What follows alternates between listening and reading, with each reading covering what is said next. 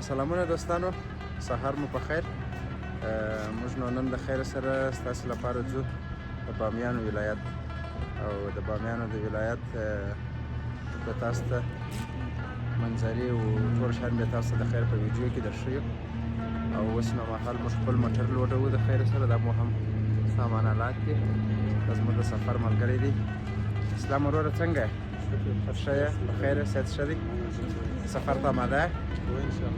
دا واجس د خیر سره بس نه دا مو سامان آلات دي د خیر سره. چوکۍ دی، میز دی، یخچال دی، یخی دی، ګاز دی، غوړي دی، هر څه برابر کړي دي. بس نو د خیر سره په دې موټر کې به ځو او د بامیانو ولایت منظره او ننداره به تاسو د خیر سره درښیو.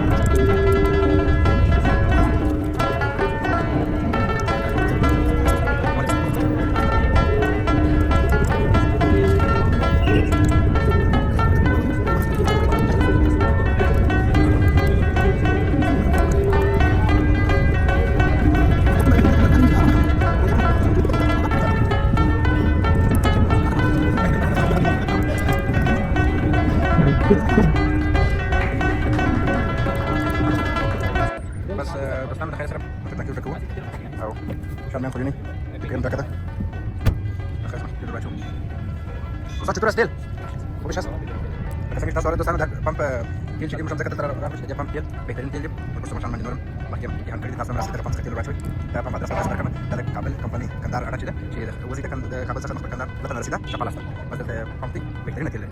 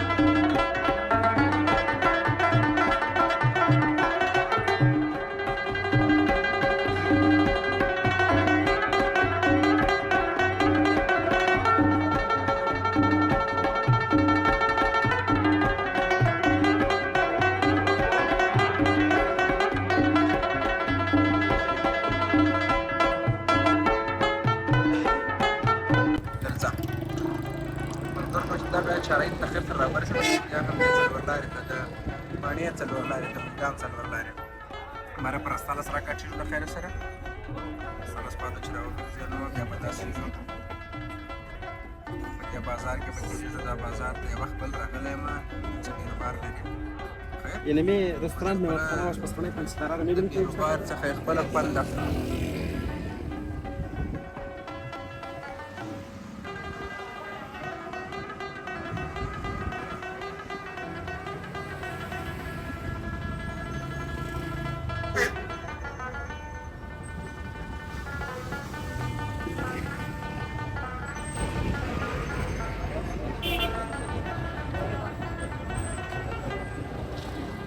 بازار دوستانو نو مزې ځینې واخلي خوند ځینې واخلي د بیروبار د بازار دا ګڼکونه رقم رقم خلک رقم رقم شیان دا خپل خوند لري خپل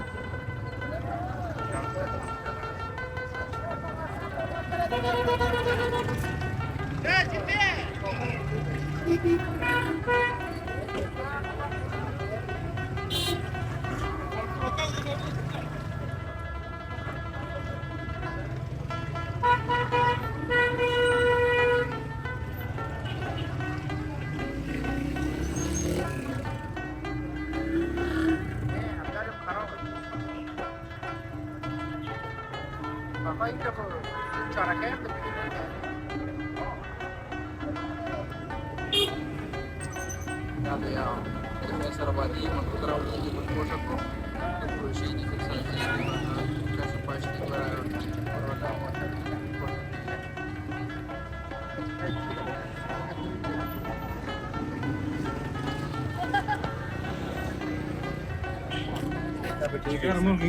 اوس هم د سر پر چاو باندې بحث دی چې څه شی به وخورو څه شی به نه خورو